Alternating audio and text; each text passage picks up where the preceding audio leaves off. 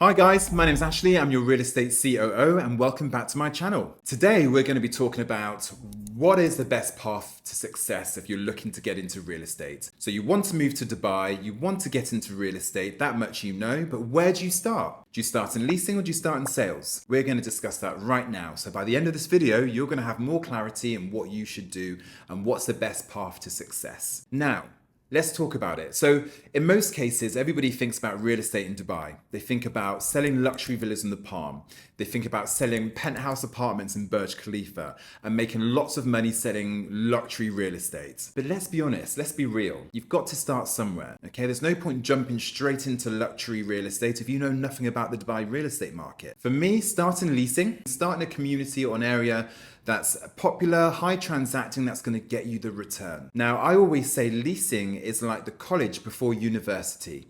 It's where you go to learn the tips and tricks, okay? You get to know all the basic tips and tools that you need to know before you go into sales where you make the big money. In leasing, you're gonna meet more people, see more properties, and get a quicker return on investment. What I mean by that is you're gonna start making money a lot quicker. I always say you should be making deals within your first 4 to 6 weeks. This means that you're not having to eat into too much of your savings. Okay, so all you need to do is think about the setup, which we discussed in the last video, and then hopefully within 6 weeks, you're starting to make some commission. Now, you should be closing deals every single week in leasing once you've got yourself built up, and you should always have a nice steady pipeline of deals coming in. The good thing about leasing is that you get paid pretty much straight away. So let's say you close a deal this month in September and the contracts have been signed by both the landlord and the tenant and the commission checks have been paid. You should then get paid your commission at the end of the month. The commission works out as 5% of the annual rent. So let's say the property is 200,000 dirhams. Okay, it's 200,000 dirhams. The tenant is going to pay you, because the tenants pay fees in Dubai, the tenant's going to pay you 5% of the annual rent as your commission. So again, if the rent's 200,000 and 5% of 200,000 is 10,000. That 10,000 goes on your sales board. You're then going to get paid your commission split. In most cases, companies start off with a commission split of 50%.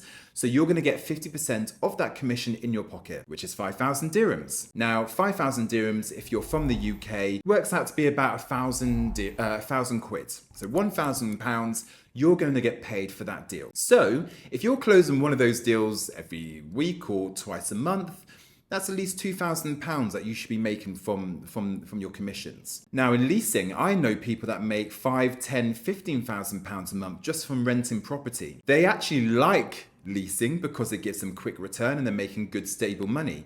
They don't want to go into sales. But if your desire is to go into sales and make the big commissions, then of course you're going to want to make sure that you're making deals or doing deals and hitting your targets. Now, if you are starting in leasing and your kind of end goal is to get into sales, make sure and discuss this with your company, with your line manager. How do you get into sales? What does that look and feel like? What are your targets? What are your KPIs? Make sure it's broken down clearly for you so you know what you need to achieve to get yourselves to where you need to be. And it's then the job of your line manager, your team leader, to get you there.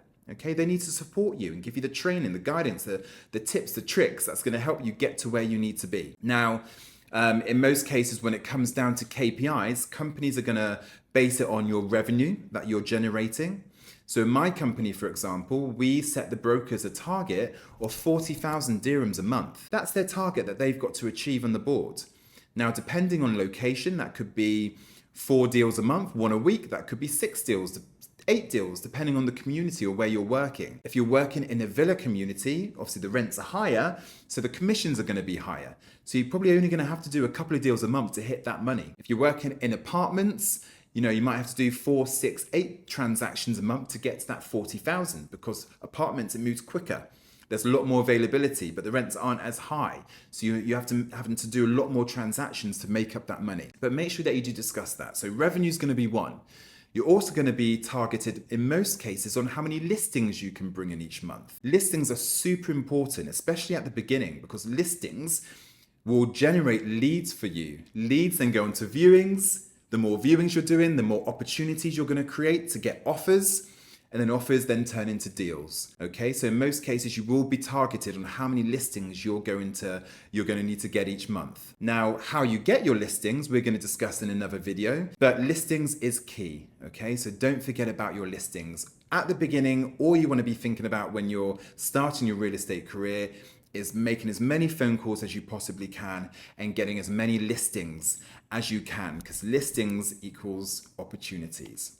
Okay, so revenue, listings, viewings is probably going to be a KPI that you're going to be set by your company. So how many viewings you're going to have to do each week and each month. Okay, so all these sorts of these metrics, these KPIs, will help you understand what you need to do each month and keep you focused. So hopefully that's been helpful. Start in leasing, get some traction, learn the community, learn the market, because then it will help you when you go into sales. Because also your landlords will become your sellers, your tenants will become your buyers. So all links into one, okay? It's the whole chain that's going to help you progress your real estate career and guarantee you success. All right. So any questions that you guys have, please put them in the comments below.